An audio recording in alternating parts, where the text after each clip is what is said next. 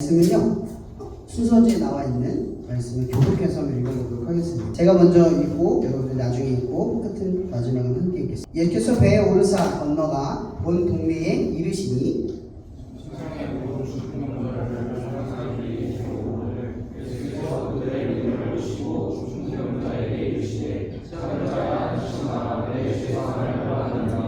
어떤 서기관들이 속으로 이르되 이 사람이 신성을 모독하도다.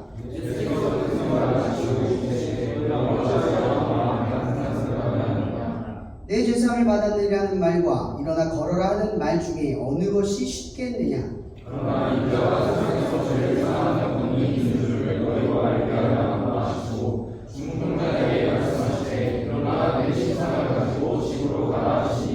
그가 일어나 집으로 돌아가거늘 당기겠습니다. 우리가 보고 두려워하며 이런 권능을 사람에게 주신 하나님께 영광을 돌리니라.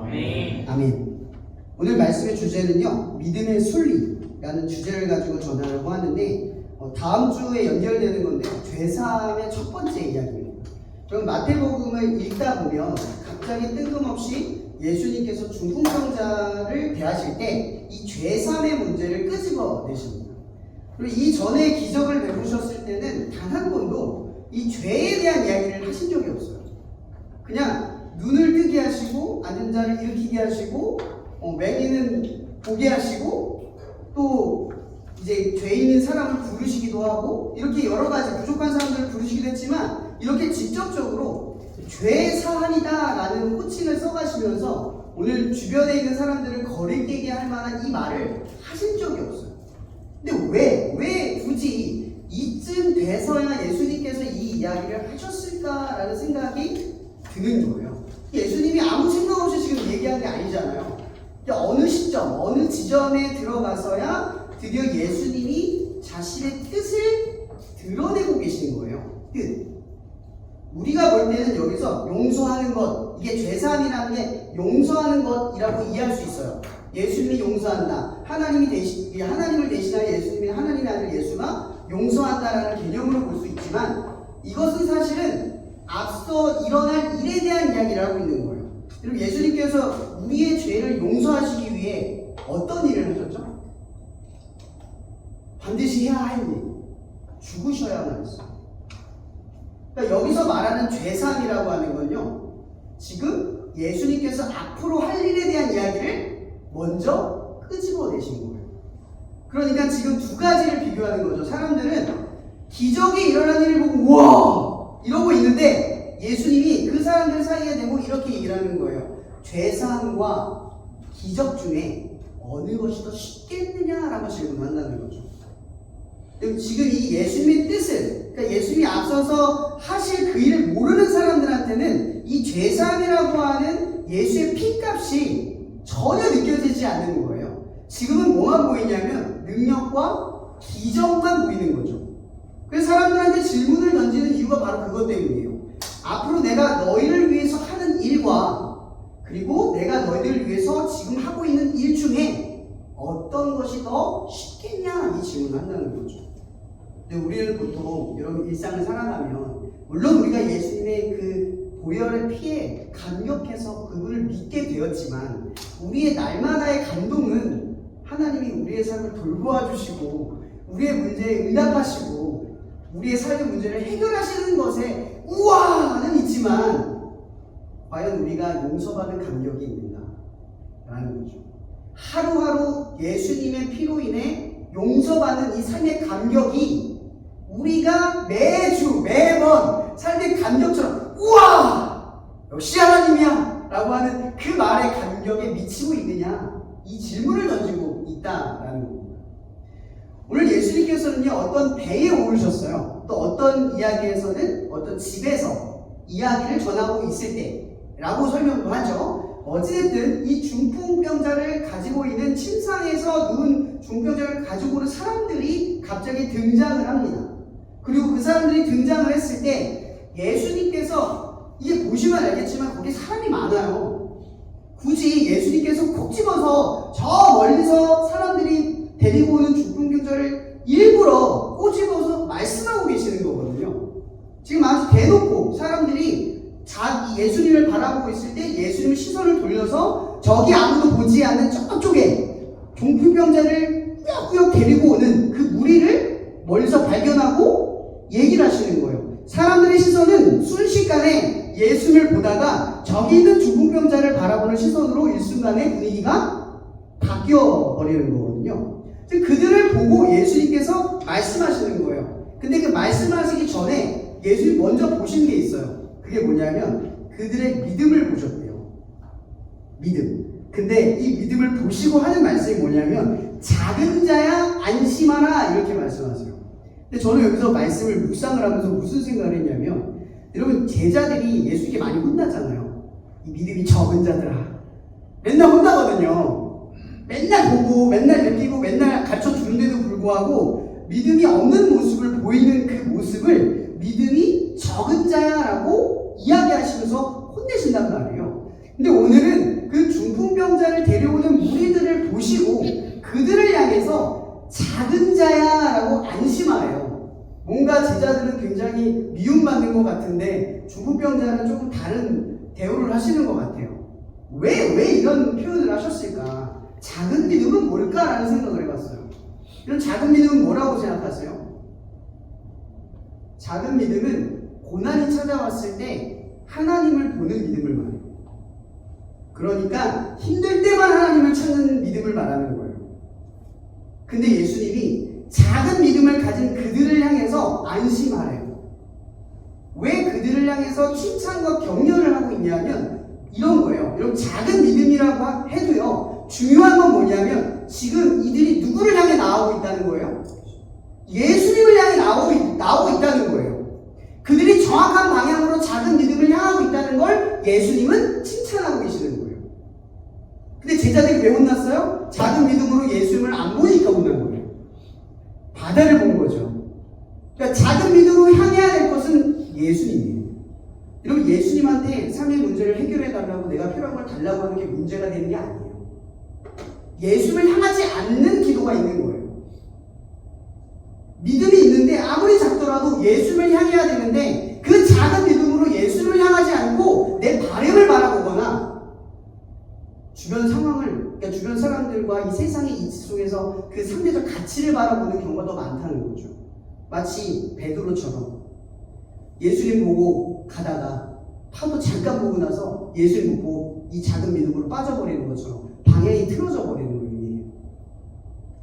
이런 모든 사람들은 예수를 믿을 때 반드시 고난이 찾아와요. 고난 없이 예수를 믿는 사람은 없어요. 예수를 믿을 수 있는 사람은 없어요. 여러분 여기서 고난 없이 내가 예수를 깊이 깨닫고 그분을 인정했다라고 하는 분이 계실까요 여기? 저는 아닌 것 같아요. 제가 볼 때. 저는 제 삶의 이 지난날의 숱한 고난들을 묵상해 볼 때 그 시간들이 없었더라면 저는 그 주님 앞에 제대로 굴복하고 그분을 인정하고 그분을 알게 되는 시간을 절대 경험하지 못했을 거라고 고백해요. 가끔 제가 그런 얘기를 하거든요. 여러분들 만약 타임머신이 있다면 언제로 과거를 바꾸기 언제로 돌아가고 싶으세요? 라는 질문을 받을 때가 있잖아요. 안 받으실 수도 있지만 가끔 N이라고 하는 분들이 질문을 많이 하는데 제가 그 질문을 가끔 생각을 해요. 예전에는 돌아가고 싶은 순간이 있었어요. 예수를 안 믿을 때. 그때는 돌아가고 싶은 순간도 있어요. 그때 가면 바뀌지 않았을까? 좀 더 나아지지 않았을까라는 생각을 했었어요. 특히 저희 아버지가 제가 초등학교 3학년 때 음주운전을 하셔가지고 교통사고 나서 집이 풍지박산 났을 때 그날 내가 우리 아버지의 술을 먹는 그 날에 내가 찾아가서 그 술 먹는 걸 막았더라면 우리 집이 이렇게 되지 않았을 텐데라는 후회가 있는 거예요. 근데 제가 지금 신앙생활을 쭉 하면서 지금에 이르러서 깨닫는 게 뭔지 아세요?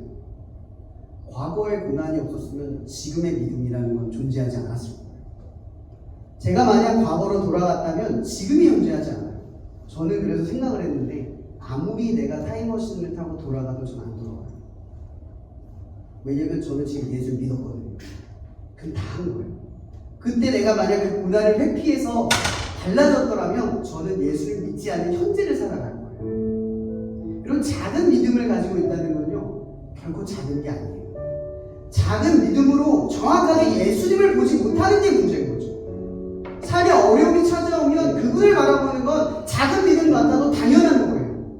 근데 우리는요, 그분을 보지 않고 다른 걸 본다고요. 내 바램, 세상의 가치관, 상대적 가치, 그런 것들이, 그런 잣대 속에서 나의 작은 믿음을 주님을 바라보지 못해요.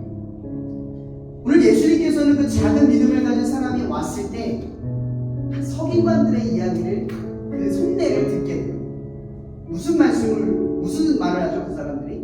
신성모독을 하는구나. 왜냐면 예수님께서 죄사함을 받았다 이 이야기를 했거든요. 그들의 말에 거리낌이 된 거예요. 여러분, 여기 지금 중풍병자를 데리고 온 작은 믿음을 가진 사람들은요, 자신의 모든 마지막의 문제를 예수님이 아니면 해결할 수 없다라는 사실을 가지고 그분 앞에 나아갔어요. 단순히 이 병을 고쳐주기를 바라는 그 작은 믿음 하나 가지고. 중요한 건 그 예수님이 그 일을 하실 거라는 믿음으로 갔다는 거죠. 그들이 정확하게 그분이 하나님의 아들인 건 몰랐어도 그분만이 이 문제를 해결할 것이라는 사실에 눈을 떴어요. 근데 바리새인 그리고 어떤 서기관들을 보세요. 그 모습을 보고 그들이 바라보는 거는 저분이 하나님의 아들이다 라는 사실을 주목해서 본 게 아니라, 어떻게 저런 행동을 할 수가 있지? 감히 어떻게 저런 일을 할 수가 있지? 라는 그릇된 판단에 빠져요. 이런 믿음이 큰 믿음이라고 자기 스스로가 착각을 하면 우리가 어떤 굴레에 빠지냐면, 예수님이 우리를 구원하는 거지 내가 예수를 믿어서 구원을 받은 게 아니잖아요. 여러분, 이 어떤 서기관들도 생각을 했어야 돼요. 내가 하나님을 따르기 때문에 구원을 받는 게 아니라 그분이 내게 그걸 따르게 하셨기 때문에 구원을 받을 수 있는 건데, 이 순서가 뒤바뀌어 버리니까 자기가 심판관이 되는 거예요. 그 일을 판단하고 있어요. 믿음으로 바라봐야 할 일을 자기가 생각하고 고려하고 결정하고 있는 거예요. 여러분, 이 모두가 예수가 하나님의 아들이라는 사실을 바라보고 있을 때 그 누군가는 그런 사실에 눈을 두지 못하고 자기가 마치 심판관인 것처럼 주변을 바라보는 사람들이 있다는 거예요. 제가 얼마 전에 기도 모임 아이들을 섬기다가 속상한 일이 하나 있었어요. 어떤 친구가 그래요. 우리 기도 모임에는 좀 이상한 애들만 와. 어떤 리더 친구가 그런 얘기를 했다는 거예요. 그 말을 듣는데 가슴에 눈물이 나는 거예요. 이런 기도 모임에 어떤 친구가 와야 됩니까? 하나님을 믿는 사람은 도대체 어떤 모습이어야만 하는 겁니까? 잘생기고 멋지고 돈 많은 사람들이 예수님 믿는 거 아니잖아요. 근데 그 이야기를 딱 듣는데 이 어떤 서기관이 이렇게 딱 떠오르는 거예요. 우리 모습이 이러지 않았을까? 하나님이 우리를 부르고 계시는데 우리는 어떤 서기관처럼 예수님을 바라보지 중풍병자를 데리고 오는 그 작은 믿음조차도 없다라는 생각이 들어요. 이런 예수님은요, 지금 이 기적만을 바라보고 있는 사람들 주변에 있어요. 그리고 그 사람들 앞에서 처음으로 죄사함이라는 이야기를 처음으로 언급하세요. 그리고 그들에게 불편함을 안기세요. 이제 더 이상 기적이 아니라 죄사함이다. 앞으로 내가 너희를 위해서 할 유일한 일은 죄사함이다. 계속 그들은 예수님의 능력만을 보고 쫓아올 테지만 그 능력을 통해서 예수님이 가르쳐 주려고 한 것은 내가 너희를 위해서 앞으로 가장 크게 할 일은 예수 그리스도가 내게 위해 십자가에 매달려 죽는 일뿐이다 라는 그 사실 하나를 말씀하고 계세요. 근데 사람들은 계속 뭐에 주목하고 있죠?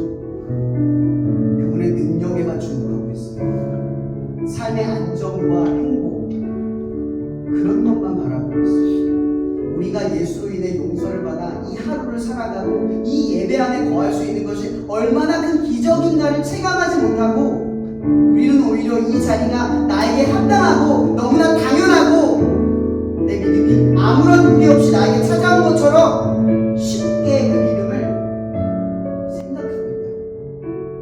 여러분, 예수님은 그렇게 쉽게 생각하는 이들을 향해 아무런 꺼리낌 없이 예수의 능력만 보고 쫓아온 사람들 앞에서 처음으로 죄사함에 대한 이야기를 꺼내면서 그들을 불편하게 하세요. 너희들이 지금 나를 쫓을 수 있는 건 나의 죄사함 덕분이야. 너희들이 지금 내 자리, 이 자리에 함께 있을 수 있는 건 죄사함 덕분이야. 여러분, 그래서 예수님께서 그들을 향해 질문을 하는 거예요. 아니면 내가 너를 위해서 죽는 게 쉽겠니? 우리는 이 사실을 망각하고 있어요. 삶의 능력이 없어도요, 그분을 위해서, 그분이 나를 위해서 죽었다는 그 놀라운 사실을 우리가 경험했으면 그것보다 큰 일은 세상에 있지 않아요. 매일매일 그분의 죄사함을 체감하며 살아간다면 우리의 삶에는 조금 더 부족함이 느껴지지 않을 거예요. 근데 자꾸만 능력만 보면 죄사함이 가벼워져요. 자꾸 능력에 몰두하다 보면 그분이 나를 위해서 피 흘리신 그 피값이 너무나 가볍게 느껴져요.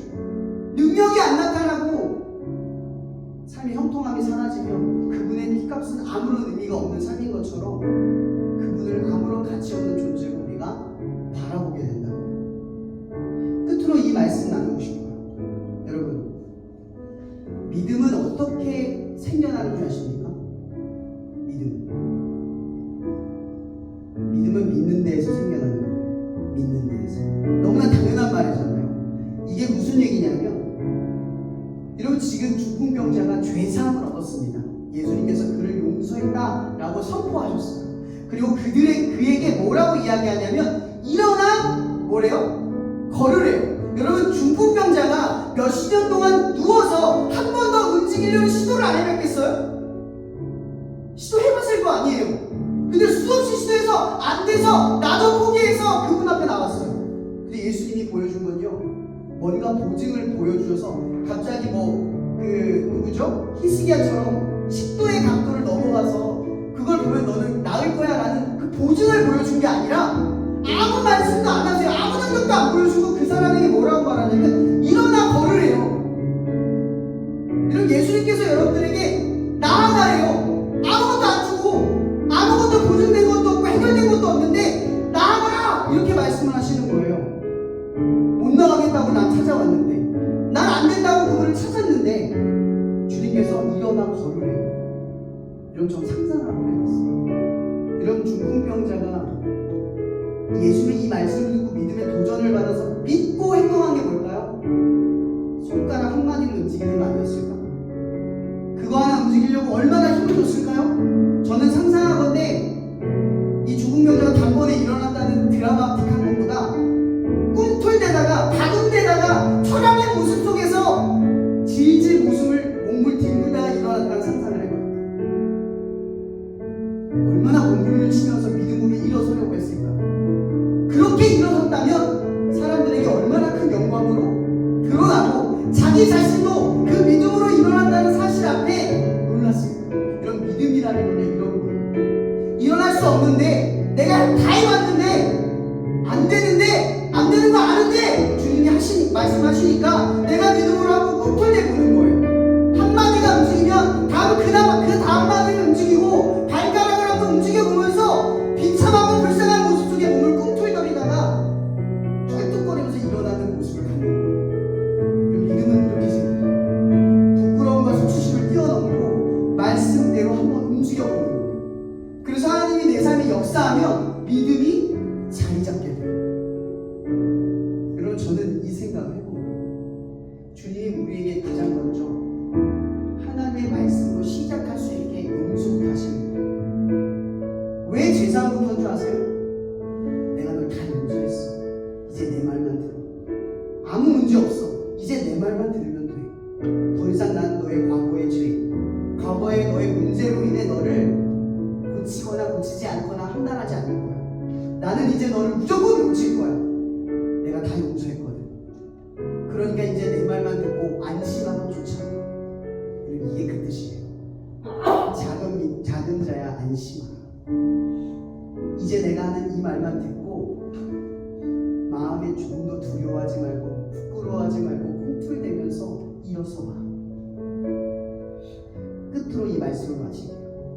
무리가 보고 두려워해 이런 권능을 사람에게 주신 하나님께 영광을 돌렸대요. 저는 이 땅에서 영광에서 진짜 영광이라고 하는 건 딱 한 가지밖에 없다고 생각합니다. 그것은 십자가에 매달려 죽은 뒤에 부활하신 사건 외에는 없습니다. 그것은 하나님이 하신 완벽한 사건이에요. 2000년을 지나 예수님께서 하신 유일한 사건이자 우리가 바라봐야 할 궁극의 사건입니다. 그렇다는 건요, 여러분, 하나님께 영광 돌리는 삶이 능력이 아니라 죄사함이라는 거예요. 하나님께 영광을 돌리려면 죄사함 안에 들어가셔야 돼요. 내가 주님 앞에 용서를 받은 것과 이제 앞으로 용서를 할 것 사이에 하나님 앞에 영광을 돌리는 삶으로 우리가 부름을 받았다는 겁니다. 이제 앞으로 중풍병자는 그 중풍병에 의해서 그 부끄러움과 수치 속에서 일어난 그의 삶은 이제 앞으로 죄사함이 필요한 곳으로 나아가게 됩니다. 여러분, 우리는 이제 이 죄사함의 능력을 덧입었습니다. 그 능력을 덧입은 우리는 이제 죄사함이 필요한 곳에 나아가는 그 발걸음만이 허락될 뿐입니다. 오늘 이 중풍병자를 우리가 떠올리며 그 말씀을 가지고 잠깐 기도했으면 좋겠습니다. 하나님, 나는 중풍병자와 같습니다. 죄사함이 필요하고 능력이 아니라 죄사함만이 필요하고 그리고 죄사함이 필요한 곳으로 나아갈 담력이 필요합니다. 주님, 어떤 서기관처럼 그릇된 믿음의 사고에 빠져서 죄사함이 필요한 곳에 나아가지 못하고 제사하지 못하는 생각과 교만함에 빠지지 않도록 우리를 일으켜 세워 주시옵소서. 날마다 죄사함이 필요한 곳에 나아갈 수 있도록 우리의 죄사함의 핏값을 뼈저리 경험하는 매일매일이 되도록 우리를 인도해 달라고 이 시간 함께 주의 한번 고백하며 기도하며 나아가시겠습니다. 주여! 하나님, 이 시간 우리가 나를 위해 죽으신 예수의 핏값을 온전히 바라보지 못하고 살아갔음을 고백합니다. 내 삶의 능력을 그토록 바라였지만 나를 위해 죽으신 예수의 핏값이 지금 오늘 나의 일상 가운데 흐르고 있고 내가 주님의 전 앞에 다시금 나올 수 있는 그 용서의 피가 내 삶에 흐르고 있음을 나는 간격 가운데 고백하지 못하고 살아갑니다. 나는 능력만을 사모하였고 죄사함을 바라보지 못하였어. 주님, 내 마음을 불편케 하는 회개하여 주님을 바라보게 하고 그 죄사함 안에서 낮아질 수밖에 없는 우리의 죄인된 심정을 인정하지 못하고 어떤 성인관처럼 우리는 죄사함이 아니라 능력을 바라보며 겨우 오만하게 하나님의 뜻대로 살아가지 않았음을 인정합니다. 주님, 이 시간 우리가 고백하는 것은 우리가 중풍병자의 꿈틀림을 바라보며 우리의 삶이 날마다 믿음으로 꿈틀리게 일어나게 도와주시고 죄사함을 받은 우리가 앞으로도 죄사함이 필요한 곳에 날마다 나아갈 수 있도록 모든 부끄러움과 수치심을 벗어던지고 날마다 복음으로 나아갈 수 있도록 주 우리를 인도하여 주시옵소서.